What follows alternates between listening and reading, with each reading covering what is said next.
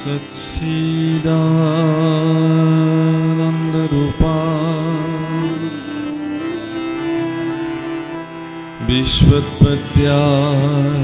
विश्वोत्पत्त्यादिहेतवे तापत्रयो विनाशाय श्रीकृष्णाय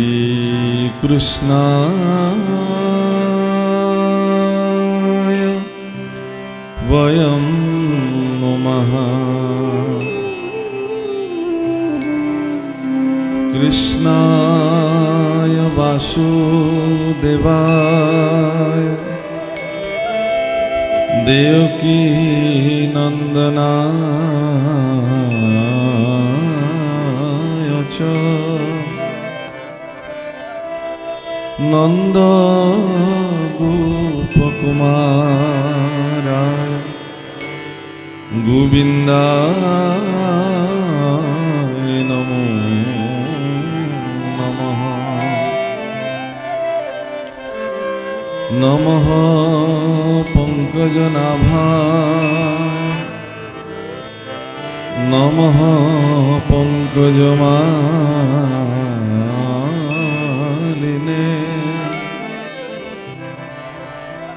नमः पंकजनेत्राय नमस्ते पंकजांघ्रये। वसुदेवं सुतं कृष्णं कंससानुरमर्दनं देवकी दयानन्दं कृष्णं वन्दे जगद्गुरुं। हरिराम राम मूकं करोति वाचालं पङ्गुं लङ्घयते गिरिं यत्कृपातमहं वन्दे परमानन्दमाधवं। त्वमेव माता च पिता त्वमेव त्वमेव बन्धु सखा त्वमेव विद्या द्रविणं त्वमेव सर्वं मम देवदेव। त्वमेव माता च पिता त्वमेव बन्धु सखा त्वमेव विद्या द्रविणं त्वमेव सर्वं मम देवदेव। त्वमेव सर्वं मम देवदेव त्वमेव सर्वं मम देवदेव। हरिनाम रखे বৈকুণ্ঠ প্রকাশে প্রেময় অমৃতর নদী শ্রীমন্ত শঙ্করে পার ভাঙি দিলা শ্রীমন্ত শঙ্করে পার ভাঙি দিলায়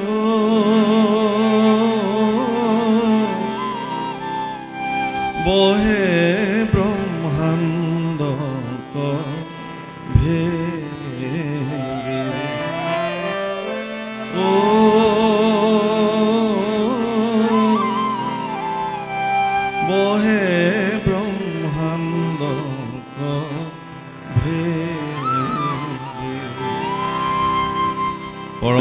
প্ৰতিভাজন বাপসকল আইসকল হাঁহচৰা খলগুৰীয়া গাঁৱৰ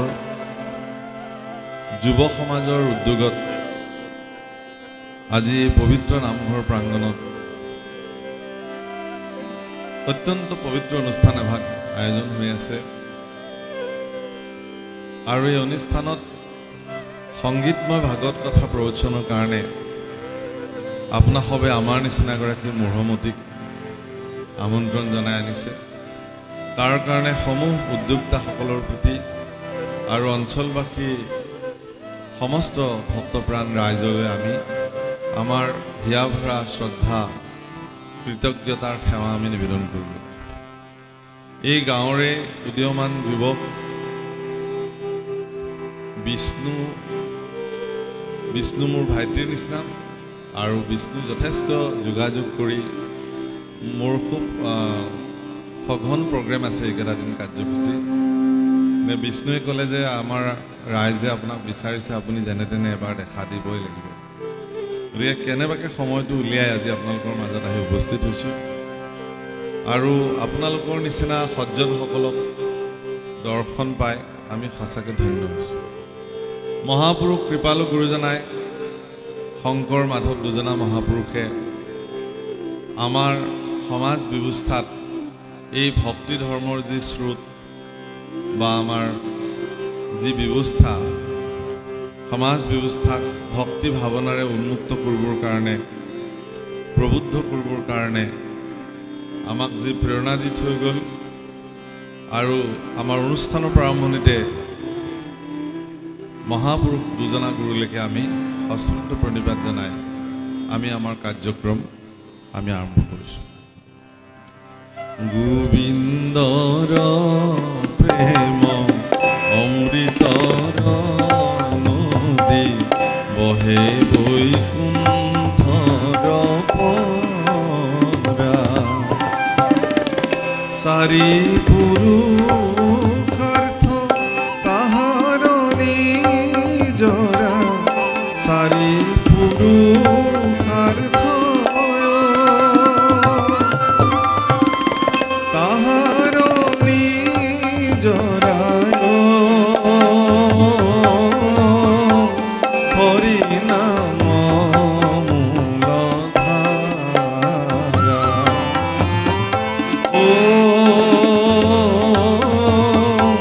হৰি নাম মূলধাৰা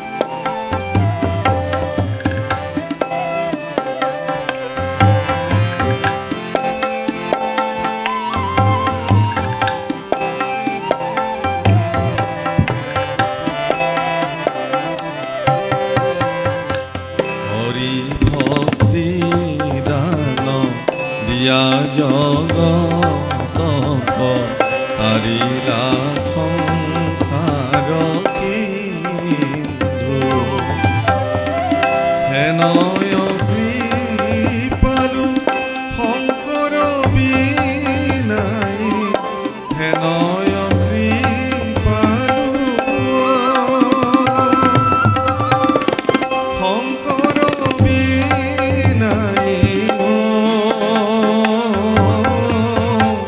নাহি নাহি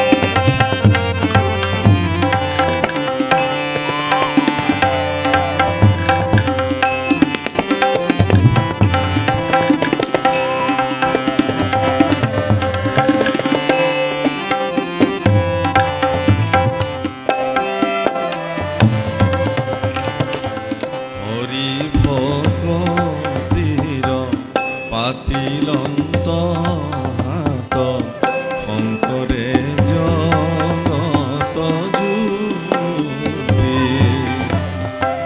ৰাম নাম ৰত্ন বেহায় জগতে ৰাম নাম ৰত্ন বেহায় জগতে চলয় মই কুম্ভপুৰী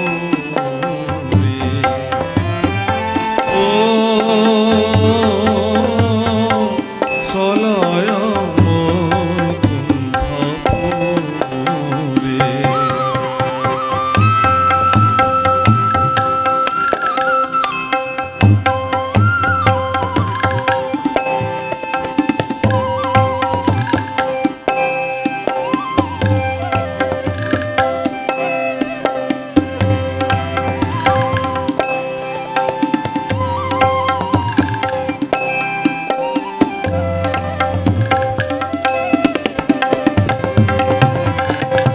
শ্ৰীমন্ত শংকৰ হৰি ভকতৰ জানা যেন কল্পত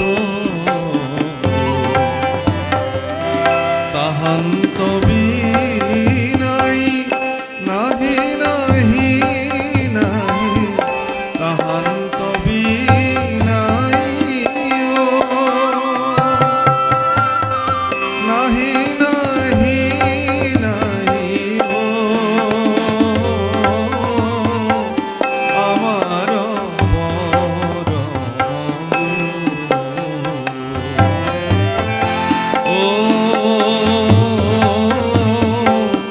আমার বড়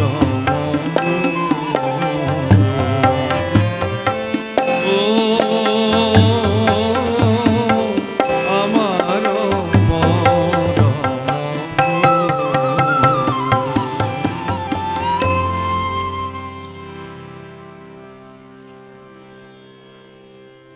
ৰাইজৰ তৰফৰ পৰা আমাক জনাইছে যে আজি দ্বিতীয় স্কন্ধৰ প্ৰাৰম্ভণিতে যি ভাগৱত ধৰ্ম কথন আছে সেই সম্পৰ্কে আজি ব্যাখ্যা হ'ব লাগে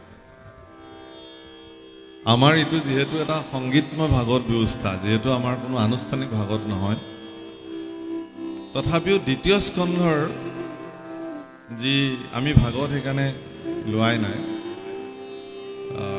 দ্বিতীয় স্কন্ধৰ যিখিনি মূল কথা ভাগৱত ধৰ্ম কিনো কৈছে তাত সেই সম্পৰ্কে আজি বিস্তৃত আলোচনা কৰা হয় যিমানখিনি পৰা তো দ্বিতীয় স্কন্ধৰ আচলতে শ্ৰীমদ ভাগৱত শাস্ত্ৰৰ 10টা লক্ষণ আছে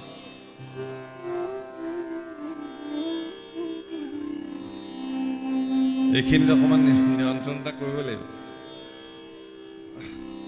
বৰজি নহওক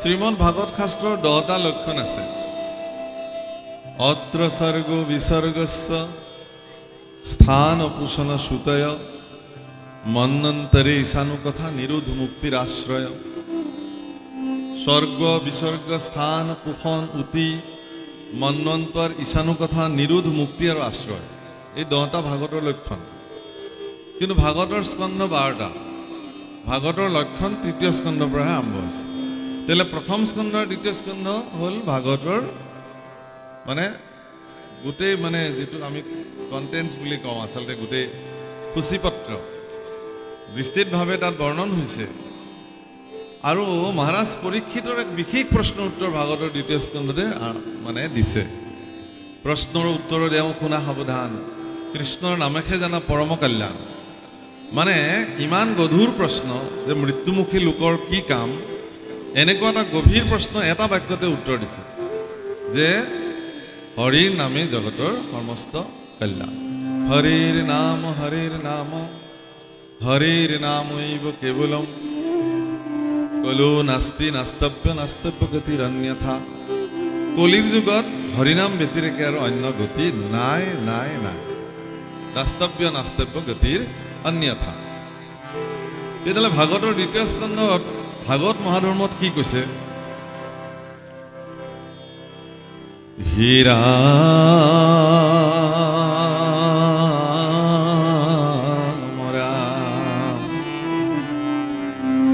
জয় জয় কৃষ্ণ যাৰ স্মৰণ মঙ্গল জাগ যুগাদিৰ হৰি নাম মহাফল হীৰা হেনয় পৰমানন্দ মাধৱ কনীত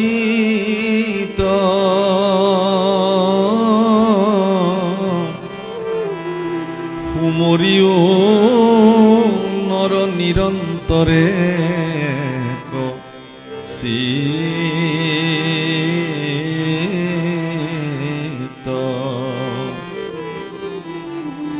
ৰাম কৃষ্ণ কথায় অমৃত পিও সাৱধানে আকৌ এবাৰ কৈছো কৃষ্ণ কথায় অমৃত পিও সাৱধানে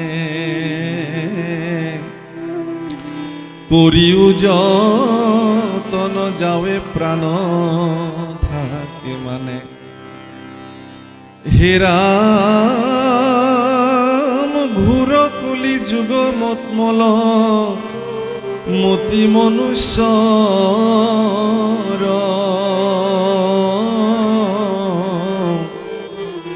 নাহিয়ান ধৰ্ম হৰি কীৰ্তনত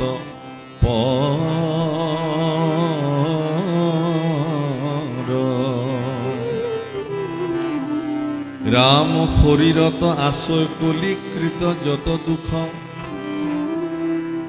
প্ৰথমে হৰি কস্মৰি শুনা আৰ গুসুক প্ৰথমে কৰা হৰি হৰি ঘুক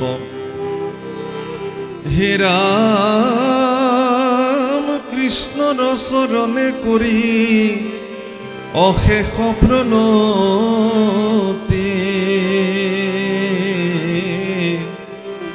অচ্যুতৰ কিংকৰ শংকৰ নিগদতি শ্ৰীমদ ভাগৱত শাস্ত্ৰৰ দ্বিতীয় স্কন্ধৰ এইখিনি মংগলাচৰণ অৰ্থাৎ শ্ৰীমদ ভাগৱত শাস্ত্ৰত মহাপুৰুষ শংকৰদেৱ গুৰুজনাই বা যিসকল সহযোগীক লৈ পেলাই ভাগৱত শাস্ত্ৰ অনুবাদ কৰিছিলে সেই সমস্ততে প্ৰাৰম্ভণিতে মংগলাচৰণ কৰিছে আৰু সদুশেষত উপদেশ প্ৰদান কৰিছে। এইটো মহাপুৰুষৰ দুটা বিশিষ্টতা ভাগৱতৰ মংগলাচৰণ আৰু শেষত উপদেশ। সেইখিনি মহাপুৰুষৰ নিজস্ব দৃষ্টিভংগী উপদেশ যিখিনি উপদেশ মহাপুৰুষে প্ৰদান কৰিছে সেইটো মূল সংস্কৃত ভাগৱতৰ পৰা অনা নাই। গুৰুজনাই এভাগ অধ্যায় অনুবাদ কৰি তেওঁৰ মনত যিখিনি কথা মূল বা সাৰ বুলি ৰাইজলৈ দিবলৈ খুজিছে সেইখিনি উপদেশ স্বৰূপে প্ৰদান কৰিছে। আৰু মংগলাচৰণত তেওঁৰ নিজৰ যিখিনি আচলতে দাসত্ব মনোবৃত্তিৰে কেনেকৈ ভগৱানৰ ওচৰত নিজক সমৰ্পিত কৰি ঈশ্বৰৰ কৰ্ম কৰিব লাগে তাৰ নজিৰ দেখুৱাইছে, উদাহৰণ দেখুৱাইছে। তাৰমানে কি বুলি কৈছে শেষত অচ্যুতৰ কিংকৰ শংকৰ নিগদতি মই ভগৱান কৃষ্ণৰ চাকৰ কিংকৰ আৰু সেই হিচাপে এইখিনি কথা ক'বলৈ লৈছোঁ। প্ৰভুসকল ইয়াক আত্মলঘিমা বুলি কয় শাস্ত্ৰত। যেতিয়ালৈকে মানুহৰ ভিতৰত আত্মলঘিমা জন্ম নহয় তেতিয়ালৈকে তেওঁ ভক্তি কাৰ্যত যোগ্য ব্যক্তি হিচাপে বিবেচিতেই নহয়। মানে এগৰাকী ব্যক্তিক ঈশ্বৰৰ কৰ্মত ঈশ্বৰৰ সেৱাত তেওঁ নিজক সমৰ্পিত কৰিবৰ কাৰণে প্ৰথমতে তেওঁৰ দাস্য ভাৱনা জন্ম হ'ব লাগিব। তেওঁৰ যদি মনত এই মানে অহংকাৰী মনোবৃত্তি তেওঁৰ মনত যদি অহম্মম ভাৱনাই সৰ্বদা ক্ৰীড়া কৰি থাকে যে মইহে নাম আখৰ গালে ভাল হয়, মইহে পাঠ বুলিলে ভাল হয়, মই খোলটো হাতত ল'লেহে গায়ন বায়ন ভাল হ'ব, ঈশ্বৰৰ কৰ্মত আমাৰ যিটো অহংকাৰ থাকে সেই অহংকাৰটো আচলতে কোনো প্ৰয়োজন নাই। আমিতো এনেকৈ ভাবোঁ যে আমাৰ কণ্ঠত যদি ভগৱান সাক্ষাৎ বিদ্যমান নহয় তেতিয়াহ'লে আমাৰ শ্ৰীমুখে ক'ত ভাগত ওলাব? যদি মোৰ মন মগজুত ভগৱন্ত ক্ৰীড়াশীল হৈ নাথাকে তেতিয়াহ'লে আমাৰ মুখে ক'ত ভাগত কথা ওলাব? গতিকে ভগৱন্তৰ কথা ক'বলৈ, ভগৱন্তৰ কাম কৰিবলৈ, সকলো তেওঁৰ ইচ্ছাতে সকলোবিলাক সম্পাদন হয়। আৰু এই কথাটো মহাপুৰুষ গুৰুজনাই মানে স্পষ্ট কৰিছে। আৰু প্ৰাৰম্ভণিতে কি বুলি কৈছে? জয় জয় কৃষ্ণ যাৰ স্মৰণ মংগল। দৈৱকীনন্দন কৃষ্ণৰ জয় জয়কাৰ কৰিছে। জয় জয় কৃষ্ণ যাৰ স্মৰণ মংগল, যাক স্মৰণ কৰিলে জীৱনৰ মংগল সাধন। আচলতে মংগলাচৰণ, মংগল যোগ আচৰণ একেলগে শব্দটো সন্ধি হৈ পেলাই মংগলাচৰণ পদ নিষ্পন্ন হৈছে। মংগল আচৰণ, আমাৰ চৰিত্ৰটো যেতিয়ালৈকে মংগলময় হৈ নুঠে তেতিয়ালৈকে মংগলাচৰণ জীৱনত সংগঠিত নহয়। এতিয়া চৰিত্ৰ মংগল হ'বৰ কাৰণে কৃষ্ণ যাৰ স্মৰণত থাকে তেওঁৰহে মংগল সাধন। গতিকে সৰ্বদা ভগৱন্তক স্মৰণ যিসকলে কৰিব, সেইকাৰণে ইয়াত বাৰে বাৰে কৈছে যে কৃষ্ণ কথা অমৃতক পিও সাৱধানে, অত্যন্ত সাৱধান চিত্তে ইয়াক পান কৰিবলৈ কৈছে। সাৱধান নহ'লে মানুহে যেতিয়া গছৰ ওপৰত উঠে, ওখ স্থানলৈ যায়, যদি তেওঁ সাৱধানবশতঃ ওপৰলৈ নাযায়, তাৰ পৰা যদি কেনেবাকৈ তেওঁ পিছল খাব লাগিল তেতিয়াহ'লে তেওঁৰ বিপদ অনিবাৰ্য। সেইকাৰণে ঈশ্বৰৰ কৰ্মটো আচলতে এগৰাকী ব্যক্তিৰ জীৱনৰ উত্থান। ভগৱানৰ কৰ্ম কৰিছে মানে তেওঁৰ জীৱন চৰ্চা ওপৰলৈ গৈ আছে।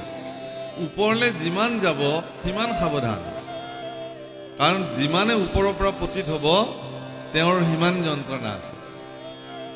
ঈশ্বৰৰ কৰ্মত লাগি থকা ব্যক্তিসকলে সৰ্বদা নিজকে দাস্য ভাৱনাৰে আগবাঢ়িব লাগে। জয় জয় কৃষ্ণ যাৰ স্মৰণ মংগল। স্মৰণ মংগল যাগ যোগাদিৰো হৰিনাম মহাফল। মানে যিবোৰ যাগ যজ্ঞ জগতত সম্পাদিত হৈছে সনাতন পৰম্পৰাত, যজ্ঞসমূহৰ ভিতৰত একদম শ্ৰেষ্ঠ যজ্ঞটোৰ নাম হ'ল বাজপেয় যজ্ঞ, যিটো বৃহস্পতিৰ কৰা হয়। গতিকে তেনেকুৱা যজ্ঞ আদি সম্পাদন কৰাৰ পিছতো তাৰ ফলশ্ৰুতিটো কিন্তু কেৱল হৰিনামেই। হৰিনাম আৰু ভক্তি প্ৰাপ্তিৰ কাৰণেই মানুহে এইবিলাক সাধন কৰে। যদি কেৱল হৰিনাম পাবৰ কাৰণেই এইবোৰ সম্পাদিত কৰা হয় তেতিয়াহ'লে মহাপুৰুষ গুৰুজনে সেইকাৰণে ক'লে যে আপুনি সকলো বাদ দি পেলাই হৰিনামকে কৰক, ঈশ্বৰৰ নামতেই নিজকে সমৰ্পিত কৰক। তেতিয়াহ'লে আপুনি হৰিনামতে সমস্ত বিজয়, হৰিনামতে আপোনাৰ জীৱনৰ সৰ্বোচ্চ প্ৰাপ্তি হ'ব। আৰু ইয়াত কৈছে সেইকাৰণে যে এইটো যিহেতু ঘোৰ কলিযুগ, এই কলিযুগত আমাৰ শৰীৰত কলিৰ দ্বাৰা কৃত যিবিলাক দোষ আছে সেই দোষবিলাক নাইকিয়া কৰিবৰ কাৰণে হৰিনাম ঘোষিবই লাগিব। এতিয়া দোষ কোনবিলাক? এক নম্বৰতে হৈছে কি আলস্য, এলাহ মনোবৃত্তি। ভগৱানৰ কামত, ঈশ্বৰৰ কৰ্মত হেলা উপজে। অৱশ্যে এই বুলিও কৈছে যে শ্ৰদ্ধায়ে হেলায়ে লৈয়া নৰমাত্ৰ তৰে ভৱকোপ। ঠিকেই, আপুনি শ্ৰদ্ধাৰে লওক বা হেলাৰে লওক, হৰিনাম এনেকুৱা শক্তিমন্ত বস্তু যে শ্ৰদ্ধাৰে বা হেলাৰে ল'লেও তেওঁ হৰিনামে তাৰিবই, তাৰ পৰা তেওঁ কেতিয়াও তাৰ ফলশ্ৰুতি নোপোৱাকৈ তেওঁ নাথাকে। কিন্তু এই বুলি ক'লে বুলি আপুনি হেলা কৰিব নেকি? হৰিনাম হেলা আপুনি কৰিব নোৱাৰে। এতিয়া বিষয়টো হৈছে কি, তেতিয়াহ'লে আপুনি হেলাটো বাদ দিবৰ কাৰণে, কলিকৃত দুখৰ পৰা নিজক মুক্ত কৰিবৰ কাৰণে আপুনি কি কৰিব? এটাই কাম কৰিবলগীয়া আছে, সেইটো হ'ল কি কায় মন বাক্য সমস্ত ভগৱানৰ চৰণত সমৰ্পণ কৰিব। যে মোৰ বুলিবলৈ আৰু একো নাই প্ৰভু, মোৰ এই শৰীৰটো আজিৰ পৰা তোমাৰ, মোৰ এই মন চঞ্চল মন আজিৰ পৰা তোমাৰ, মোৰ এই বাক্য এয়াও তোমাৰ, মোৰ যি ধন সম্পত্তি ঐশ্বৰ্য বিভূতি আছে সকলো তোমাৰ। হে যাদৱ, মইনো তোমাক কি দিম? কি দিব যাদৱ যদুৰায়? ব্ৰহ্মাণ্ডৰ ভিতৰে যত বস্তু আছে সবে তোমাক পায়। আমাৰ নামনিৰ ফালে আমাৰ কামৰূপী লোকগীতত খুব ধুনীয়াকৈ আমি গাওঁ। ব্ৰহ্মাণ্ড ভিতৰে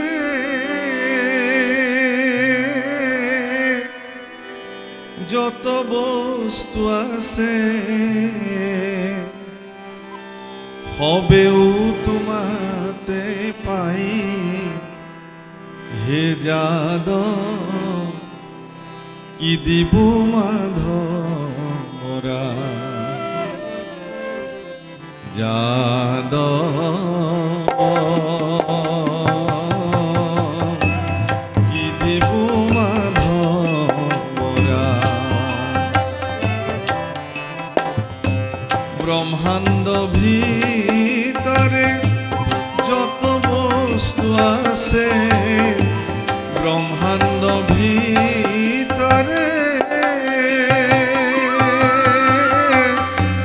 যত বস্তু আছে সবেও তোমাতে পাই হে যাদৱ কি দিব মাধৱৰা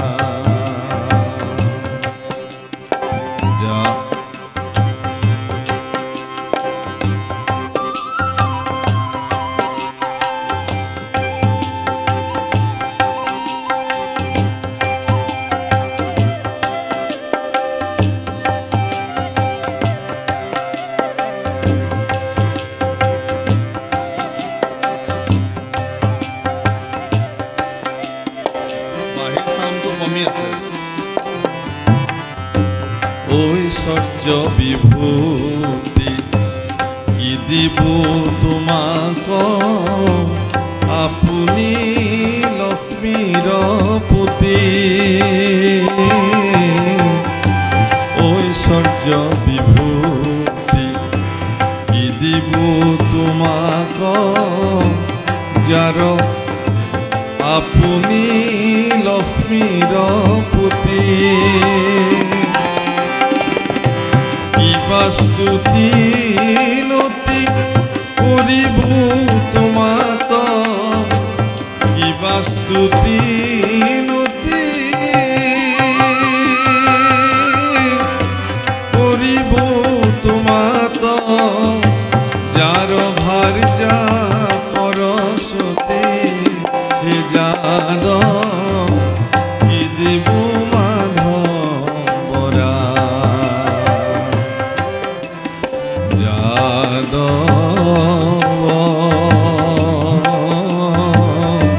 কি দিব মাধৱৰা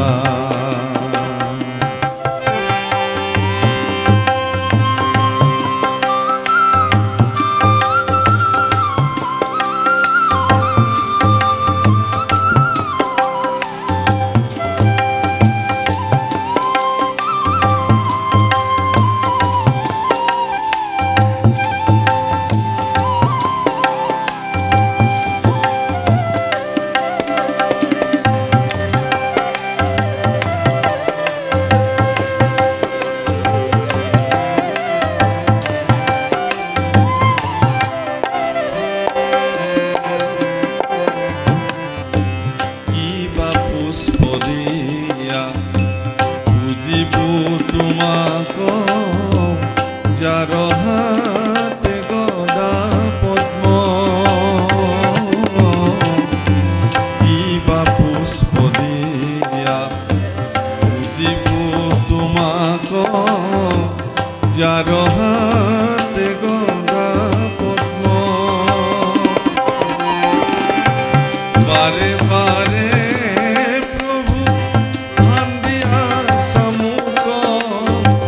বাৰে বাৰে প্ৰভু ভান্দিয়া সমুখ ইবাৰ কৰা সত্য যাদৱ কি দিব মাধৱৰা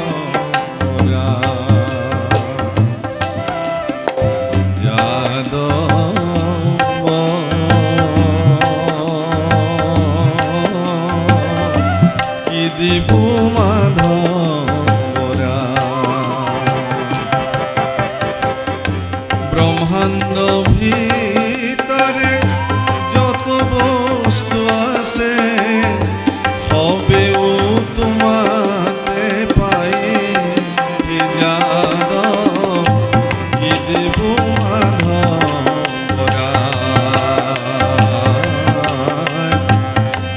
বিভু